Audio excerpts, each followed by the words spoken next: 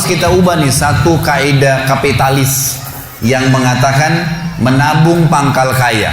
Maaf teman-teman yang suka nabung nih. Bukan saya larang nabung, bukan. Tapi dalam Islam bukan menabung pangkal kaya, tapi sedekah pangkal kaya. Nggak bisa ketemu antara nabung dengan sedekah, nggak bisa ketemu nih. Susah ketemunya. Karena sedekah disuruh keluarin, ini nabung disuruh simpan, gitu kan? Nggak bakal ketemu. Dalam Islam makin sering kita keluarkan di jalan Allah, makin terbuka tuh rezekinya. Ya, ini dalilnya banyak. Di antaranya hadis Bukhari, hadis Qudsi, di mana Allah Subhanahu wa taala berfirman, kata Nabi SAW, Allah berfirman, "Ya bna Adam, anfik alaih." Wahai anak Adam, berinfak dulu di jalanku, aku baru berinfak padamu. Sedekahin dulu, baru aku kasih kamu. Jadi ini kata kuncinya, makin sering keluarkan maka makin bagus. Makin bagus yang kita kasih, ya, makin sempurna balasan dari Allah. Coba renungi perkataan Urwah bin Zubair rahimahullah, seorang ulama tabi'in yang masyhur.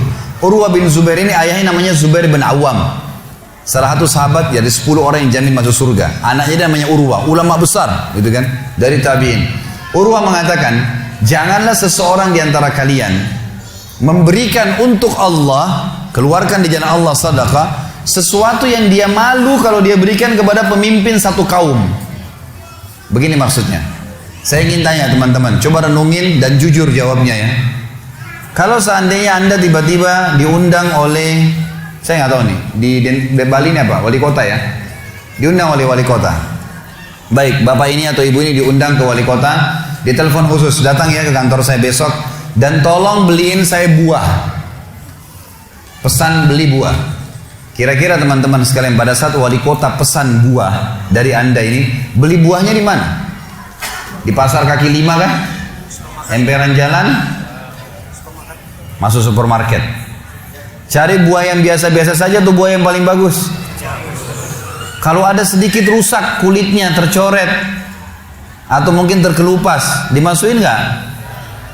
Setelah kita beli buah-buah yang paling bagus, yang paling mahal, ditaruh di kresek atau cari lalu tempat yang lain? Cari keranjang, pakai plastik, pakai kartu nama, luar biasa. Kenapa? Karena wali kota yang pesan.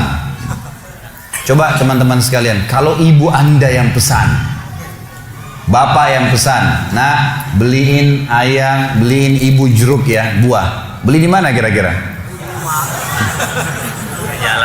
Di kaki 5. Kemudian penjualnya bilang, ini ada rusak sedikit, gak apa-apa, masukin aja. Pakai kresek tua ini bekas ikan, udah gak apa-apa. Ini yang Urwah rahimahullah berkata, janganlah seseorang di antara kalian ya memberikan untuk Allah di jalan Allah. Orang tua kita tuh kalau bakti luar biasa pahalanya kan gitu. Yang kalian malu kalau kalian berikan kepada pemimpin satu kaum. Mestinya ibu ayah kita tuh dibuatin kayak tadi itu, malah lebih hebat daripada itu. Pilihin buah yang paling bagus, dikemas yang paling bagus dan seterusnya. Mestinya begitu. Tapi seperti itulah manusia, karena tidak paham teman-teman sekalian. Sesuatu yang dikeluarkan di jalan Allah akan mendatangkan respon rezeki yang banyak. Ini satu hal yang harus digarisbawahi, dan akan saya bacakan banyak sekali dalil berhubungan dengan masalah itu, di mana Allah Subhanahu wa taala menyuruh kita keluarkan. Ingat, makin baik kita berikan, makin baik juga respon dari Allah Subhanahu wa taala. Coba teman-teman muhasabah nih. Kalau celengan masjid lagi lewat dan Anda punya 1000 baru 1000 tua, yang mana ditaruh? 1000 tua. Kenapa 1000 tua yang ditaruh? Karena belum tahu nih, kalau saya berikan di jalan Allah, ini akan datang responnya. 1000 baru yang kita beli air mineral di luar sana, ini pemahaman yang salah. Ini yang kita mau lurusin malam ini nih. Mestinya teman-teman sekalian cari uang yang baru dikasih ke jalan Allah, yang tua dipakai belanja. Mestinya begitu. Karena makin baik kita berikan, maka makin baik responnya, gitu kan?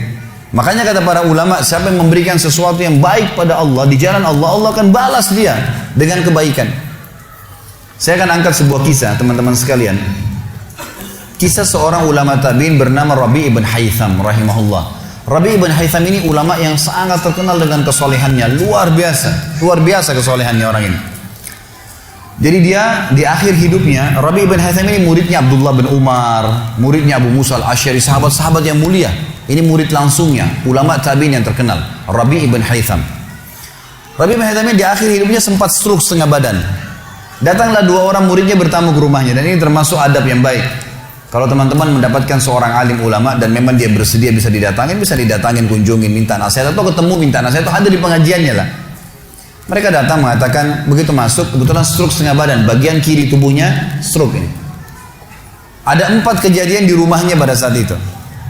Yang pertama, pada saat muridnya masuk, muridnya berkata, wahai imam, imam ini kiai, ustadz, wahai imam, apa rahasianya, kenapa anda ini bisa mengontrol lisan anda?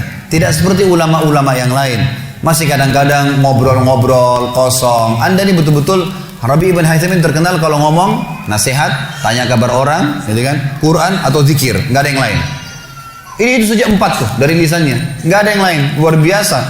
Kalau bukan nasihat orang, tanya kabarnya orang lain, gitu kan? Apa kebutuhan mereka? Kemudian berzikir atau baca Quran. Gitu. Ini masuk dalamnya zikir adalah doa. Maka dikatakan apa sih? Murid-muridnya bilang apa rahasianya anda melakukan seperti ini? Dan ini saya sempat angkat di khutbah Jumat kita kemarin potongan kisah ini. Maka Rabi bin Haytham mengatakan, wahai murid-muridku, apakah kalian sampai sekarang masih ragu ada Tuhan namanya Allah? Dan kalian masih ragu di pundak kanan dan kiri kalian Allah telah letakkan malaikat yang akan mencatat amal baik dan amal buruk kalian, dan pasti demi Allah akan dibacakan dan dihisapkan untuk kalian di sana di akhirat nanti.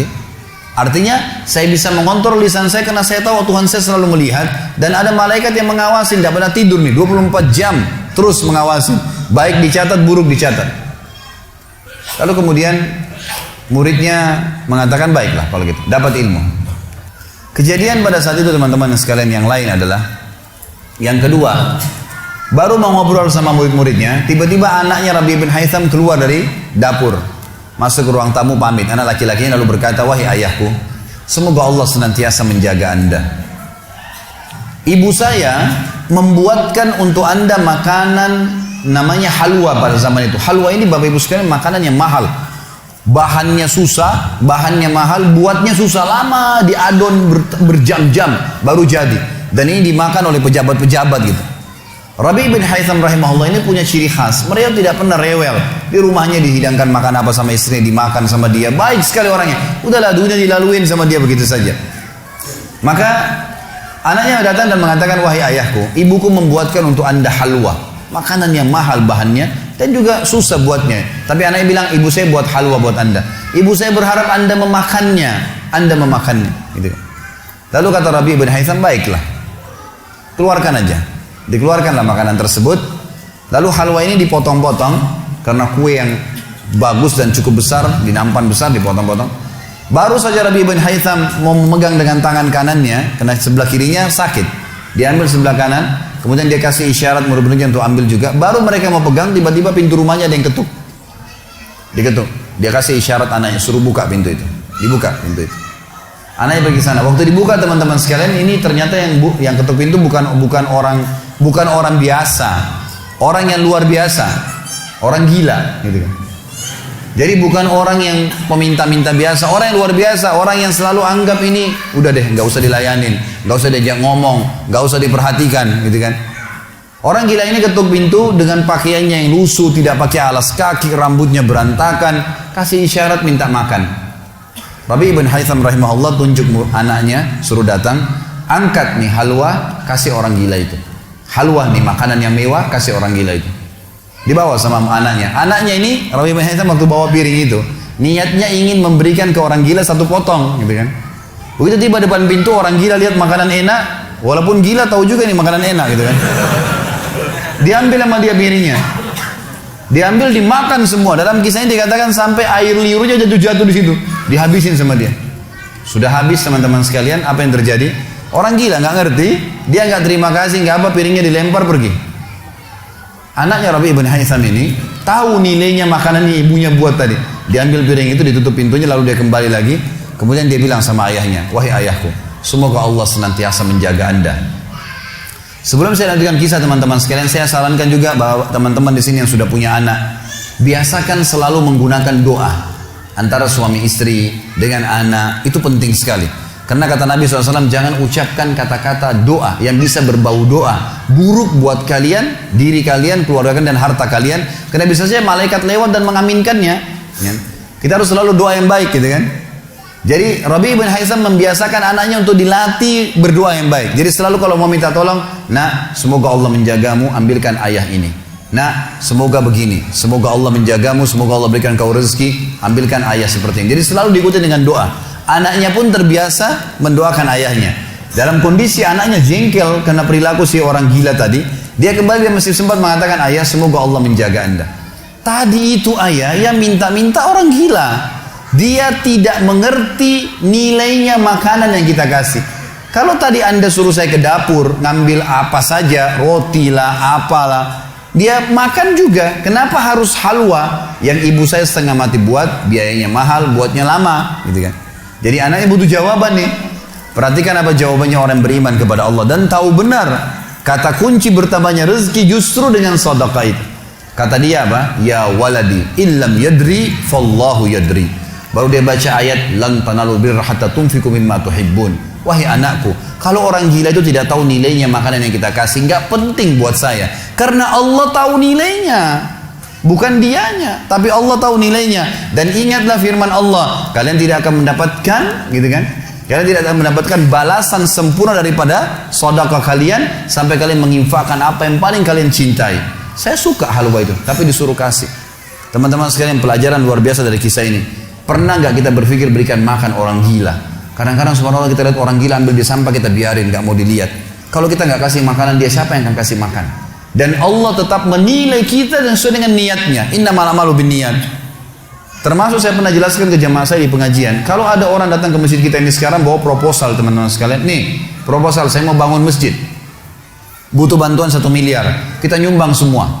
Terkumpul 1 miliar. Sebulan kemudian kita tahu orang itu dusta. Rugi kah kita? Tidak rugi sama sekali. Kita akan dapatkan pahala bangun masjid walaupun masjidnya belum dibangun. Karena innamal a'malu binniyat, gitu kan? Allah akan kasih begitu. Siapa yang niat mengerjakan satu perbuatan, niat dalam hatinya, belum dikerjakan dapat 1 pahala. Dikerjakan diberikan pahala 10 kali lipat sampai 700 kali lipat kata Nabi SAW.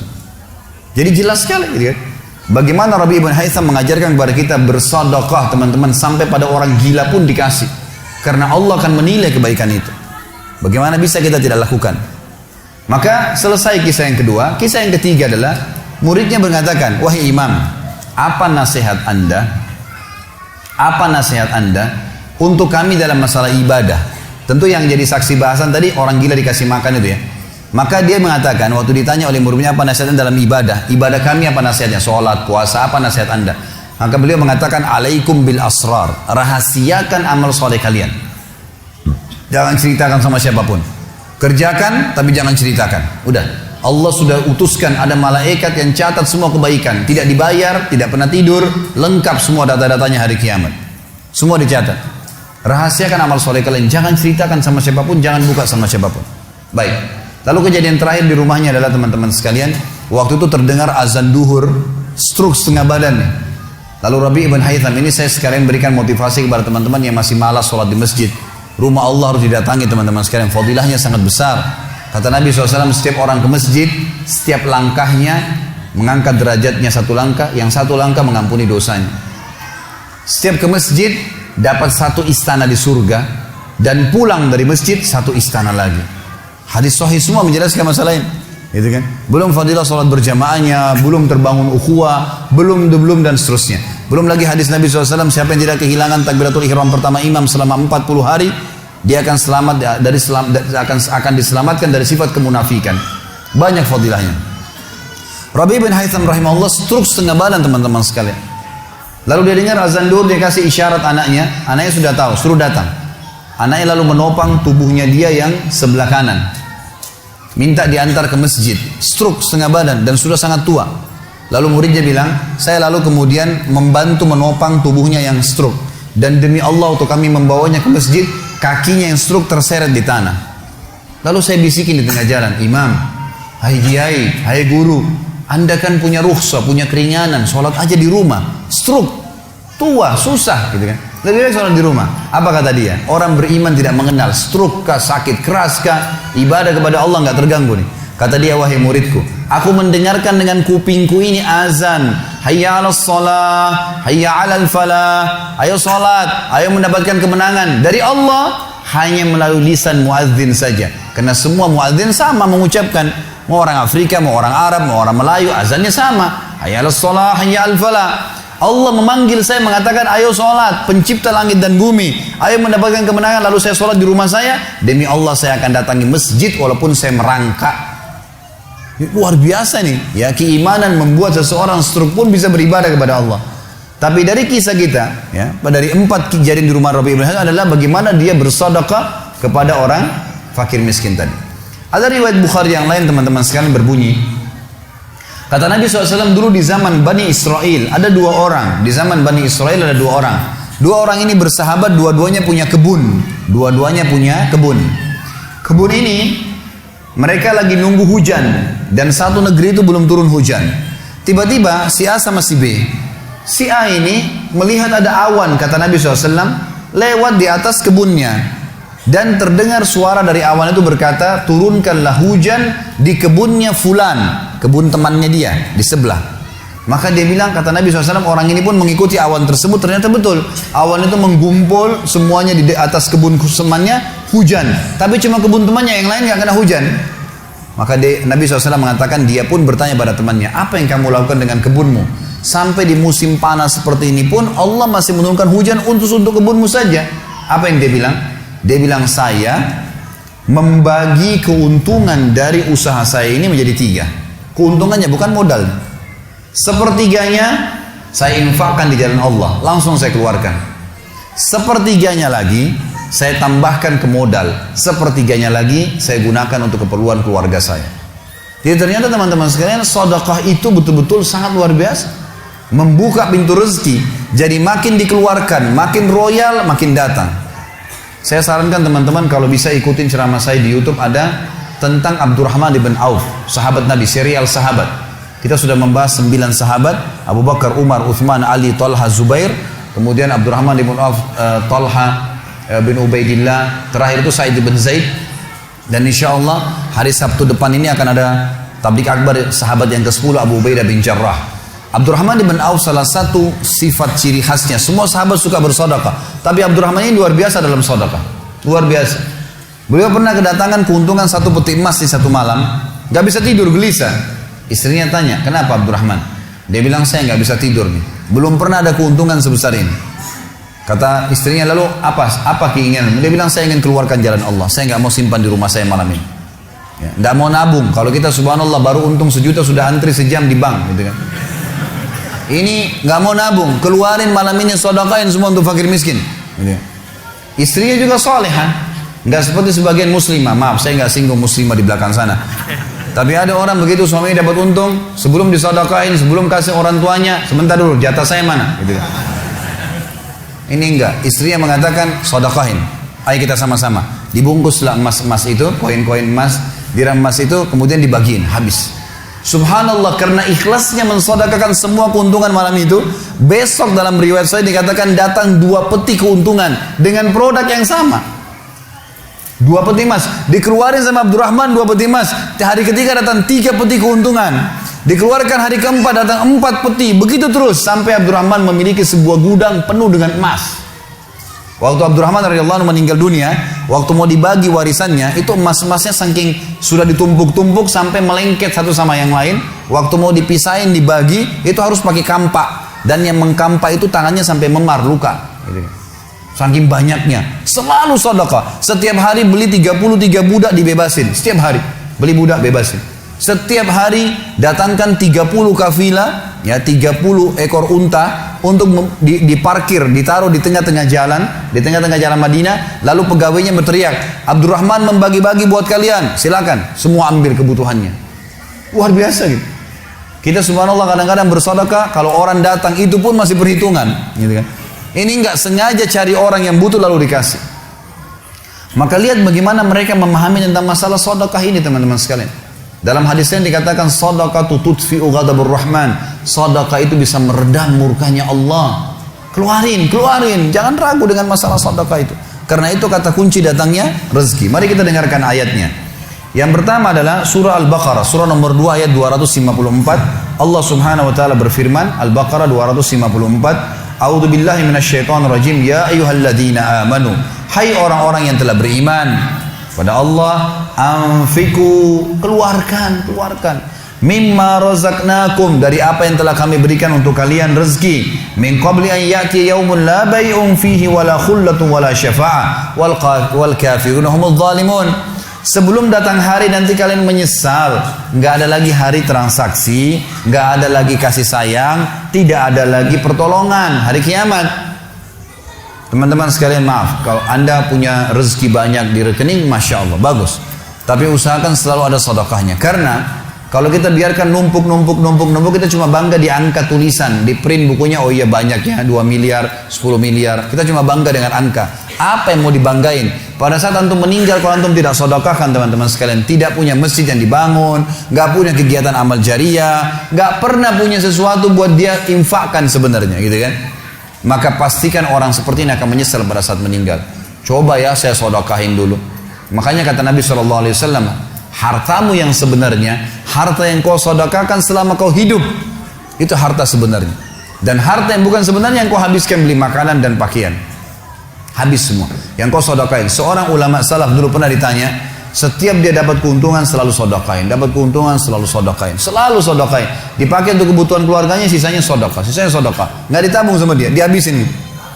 Maka pada saat ya ada teman-temannya kumpul di rumahnya lalu berkata, wahai fulan, apa kok nggak sayang hasil kerimatmu? Bukannya ditabung malah dikeluarin terus. Kok nggak sayang sama hartamu tuh? Kata dia apa? Justru saya sayang sama harta saya. Karena saya sayang, jadi saya mau bawa harta saya sampai di akhirat. Ini sedekah saya bawa sampai di akhirat. Kalau saya simpan di sini, saya cuma tabung untuk dunia saja. Gitu. Jadi lihat bagaimana mereka memahami tentang masalah sedekah itu. Kemudian dikatakan, dan orang-orang kafir, mereka lah orang-orang yang zalim. Mereka tidak mau sedekah, maka mereka zalim sebenarnya. Kemudian surah Ibrahim, surah nomor 14 ayat 31 sampai 34. Allah Subhanahu wa taala berfirman, A'udzubillahi minasyaitonirrajim, qul li'ibadiyalladzina amanu. Katakanlah hai Muhammad kepada hamba-hamba saya yang telah mengaku beriman, yuqimus shalah, mereka mendirikan salat, jaga salat 5 waktu mereka, salat-salat sunnah mereka, wa yunfiku, dan mereka bersedekah, menginfakkan, mimma razaqnahum, dari apa yang kami jadikan sebagai rezeki buat mereka, sirran wa alaniyah, baik sembunyi-sembunyi ataupun terang-terangan. Karena kadang-kadang kalau ada orang minta di pinggir jalan, kita nggak mungkin sembunyikan, tinggal mengontrol supaya tidak riya saja. Min qabli an ya'tiya yaumun la bay'un fihi wala khilal, sebelum datang hari tidak lagi transaksi, nggak bisa lagi kita keluarkan uang kita. Di akhirat nggak laku lagi rupiah, nggak laku lagi dolar, nggak laku lagi pound sterling, nggak ada lagi semua itu. Yang laku adalah yang sudah disedekahkan selama di dunia. Sebelum datang hari yang tidak ada transaksi dan tidak ada lagi persahabatan.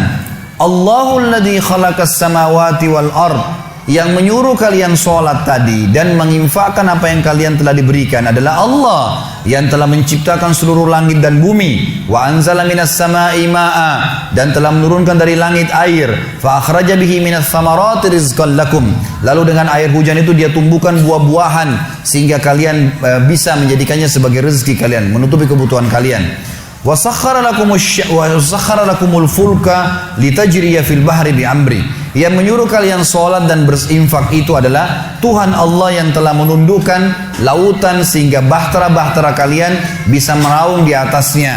Wa sakhkhara lakumul anhar, juga yang telah menundukkan sungai-sungai buat kalian, bisa dilewatin atasnya, bisa diambil ikan-ikan dan seterusnya yang ada di dalam lautan dan sungai itu. Wa sakhkhara lakumus syamsa wal qamara daibain, dan juga yang menyuruh kalian sholat dan menginfakkan harta kalian adalah yang telah membuat, yang menundukkan matahari dan bulan yang rutin terus menerus setiap pagi dan malam silih berganti untuk memenuhi kebutuhan kalian. Wa sakhkhara lakumul laila wan nahar, dan menundukkan juga buat kalian malam untuk istirahat dan siang untuk bekerja. Wa atakum min kulli ma sa'altumu, dan juga dia akan memberikan semua apa yang kalian minta kepadanya. Wa in ta'uddu ni'matallahi la tuhsuha, kalau kalian ingin menghitung-hitung nikmat Allah maka kalian tidak akan mampu. Innal insana la zalumun kafar, sesungguhnya manusia itu zalim, kafar, kufur, gitu kan. Dikatakan dalam sebuah hadis, kata Nabi SAW, manusia itu kufur kalau dia dikasih, ya, kalau Allah tahan rezekinya, maka dia terus menerus berdoa, terus menerus mengeluh, dan pada saat Allah kasih dia pelit untuk tidak keluarkan. Bagaimana bisa dia menganggap punya? Siapa di antara anda yang menganggap apa yang dia miliki sekarang punya dia? Mungkin kita semua mengatakan, oh ini rumah saya, ini mobil saya, ini punya saya, ini baju saya. Itu perkataan kita cuma simbolik di dunia. Buktinya pada saat kita meninggal, dibungkus dengan kain kafan. Semewah apapun mobil tidak bakal ikut ke liang lahat. Rumah tidak masuk liang lahat. Gak ada ceritanya, kita masuk, semua jadi warisan tuh. Itu buktinya, lahir tanpa pakaian, masuk kuburan juga dengan satu lembar pakaian. Gitu. Berarti bukan milik kita. Maka kesempatan kita memperbanyak amal sedekah kita, sehingga memang mendapatkan pahala yang besar. Dan sekali lagi bahasan kita, sedekah mendatangkan rezeki yang banyak.